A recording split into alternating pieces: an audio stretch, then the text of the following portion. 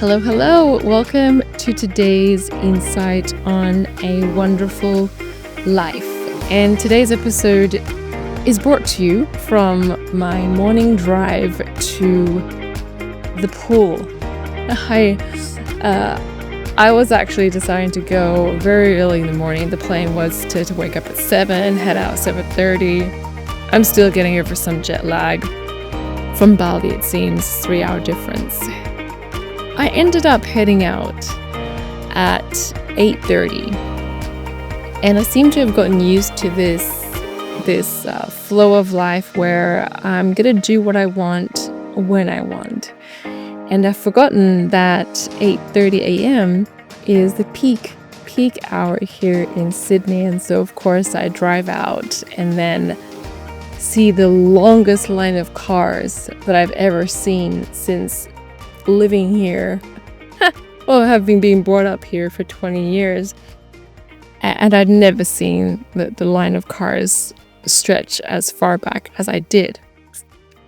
So I still go, I'm not really too worried about the line of cars. And so we're pulling up to this roundabout, and you sit in the car, you slow down to almost a stop, but you know how you get to the kind of traffic line of cars where you're inching every 2 seconds or so. So your car never really is at a standstill, but you're kind of having to accelerate a little bit. And so that was how it was for a good 5 or 10 minutes. And I started to look at the driver behind me, started to observe the road a bit. And then I reached over to my bag to get my phone. And I immediately caught myself in what we typically call and be rewarded for multitasking. Because what I used to do all the time was, if the traffic was a standstill, if I was staying in the grocery line, I knew it was going to be 10 minutes or at least 5 minutes. I'll put on a podcast, or I'll do something educational. I'll do something with my time so that it felt valuable. But for a second, when I did catch myself, I immediately let go of my phone, hand still in bag, and said, nope, I honor myself. And then I went back to looking at the road, looking at the lady behind me, looking at my surroundings. It was just really fascinating to observe that in myself, noticing, I guess, this transformation journey for me in just the last couple of months about being present and at ease and at calm.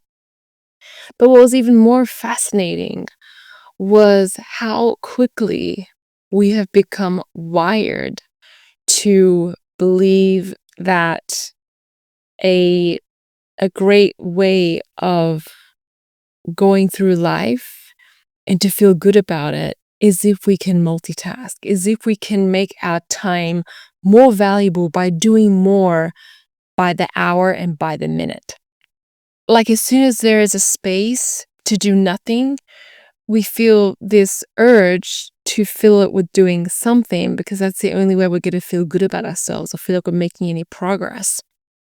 And I tell you what, there is a lot of credit to learning from the older generations, because they seem to have no qualms about doing nothing with the times. That's not a bad thing. It's something to really observe and think, that's the way it was naturally, and we felt actually good. Not actually always having something to occupy our time with, but what's essential to see is actually when we're not actually fussing around with our phone, trying to find something to listen to, a video to watch, a podcast to put on, that is actually when we're living our lives. That is actually when we're living at the speed of life, which actually is where my mind went to. There's a really great book I've recommended a few times to people. I'd even gift it. It's called Slowing Down to the Speed of Life by Richard Carlson and Joseph Bailey. And there's a specific paragraph where they describe a scenario where a man gets stuck in traffic, just as I did in the traffic lights.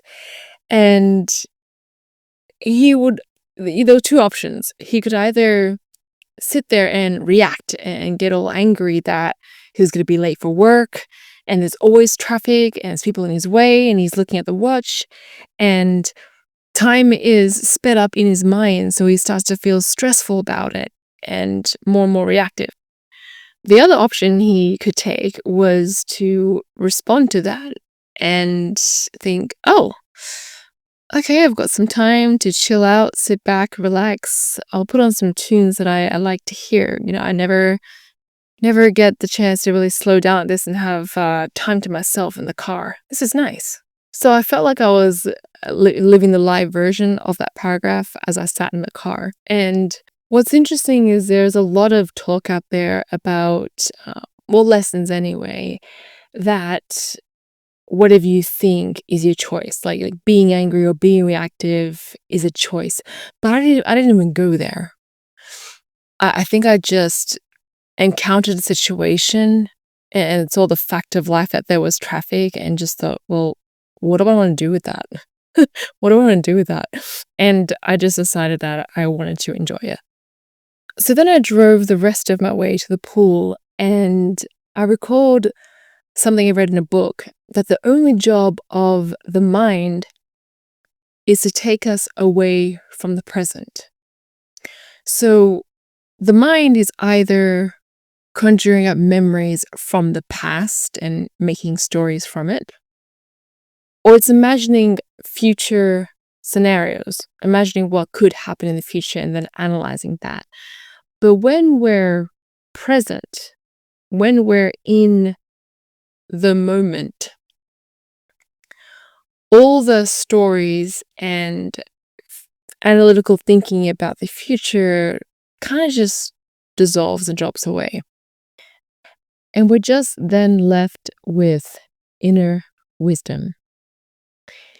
That's really a calm feeling. I mean, think of like when you've seen a rainbow or when you're kissing a loved one, there is almost no thinking about the past or the future. There's just the present. There's just you and you showing up as you naturally are and working from the inner wisdom that you have. There's no stress to the thinking. So then it occurred to me that the secret to calm may just be an absence of the mind. If we know that the only job of the mind is to conjure up memories or imagine a future. Have fun with that and see if you can go about your day and notice when the mind is doing its job. Sending lots of love, and I'll talk to you in the next episode.